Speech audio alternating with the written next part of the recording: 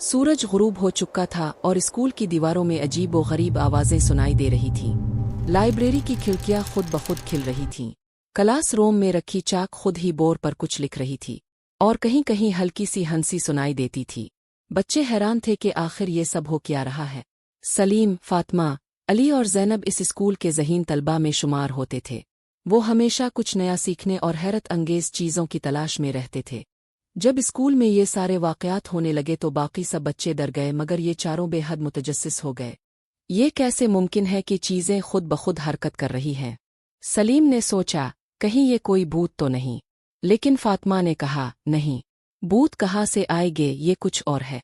ये सब जानने के लिए उन्हें छुपना पड़ा। एक शाम वो लाइब्रेरी में छप गए। अचानक एक हल्की सी रोशनी ज़ाहिर हुई। रोशनी से एक नन्हा सा बोना नमूदार हुआ। इसने कहा, मेरा नाम जंबो है।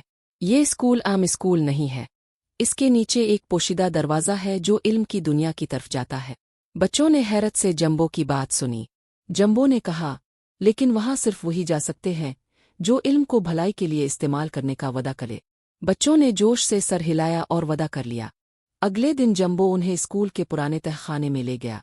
वहाँ एक जंग आलूद दरवाज़ा था जिस पर सुनहरी अल्फाज लिखे थे। अल्फाज थे, इल्म के सच्चे तालिब इल्म ही आगे जा सकते हैं। बच्चों ने मिलकर दरवाजे को छुआ। अचानक एक चमकदार रोशनी फैल गई। रोशनी खत्म हुई तो वो एक नई दुनिया में थे। किताबें हवा में तीर रही थी और दरख्तों पर रंगीन परिंदे बैठे थे। जमीन पर पत्थर थे जिन पर इल्म लिखा हुआ था। सुनहरी रोशनी से भरी एक झील भी थी जिसमें हर सवाल का जवाब दिखाई देता था।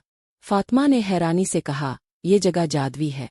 जंबो ने मुस्कुरा कर कहा, ये दानाई की दुनिया है। यहाँ सिर्फ वही लोग आ सकते हैं जो इल्म के सच्चे मुतलाशी हों। लेकिन ये सब आसान नहीं था क्योंकि एक खतरा उनका इंतजार कर रहा था।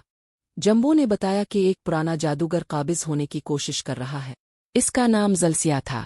वो चाहता था कि कोई भी इस जादुई इल्म को हासिल ना कर सके। अगर जलसिया काबिज हो जाता तो दुनिया में इल्म खत्म हो जाता। जंबो ने कहा, तुम्हारी सबसे बड़ी ताकत तुम्हारी जहानत है। अगर तुम अक्ल और हिम्मत से काम लो तो जलसिया को शिकस्त दे सकते हो। बच्चों ने एक शानदार हिकमत अमली बनाई। जलसिया एक खौफनाक जादूगर था जो काले लिबास में मलफूफ था और इसके हाथ में एक चमकदार छड़ी थी। वो बादलों में छुपा बैठा था और जैसे ही बच्चों ने दरवाजे की हिफाजत के लिए कदम बढ़ाया, वो एक खौफनाक कहकहा लगाकर नमूदार हुआ। तुम मुझे नहीं रोक सकते, वो घुरा। लेकिन बच्चे पीछे नहीं हटे। सलीम ने इसकी पहली को हल करके इसकी जादुई छड़ी को कमज़ोर कर दिया। फातिमा ने अपनी जहानत से एक जादुई जाल बनाया।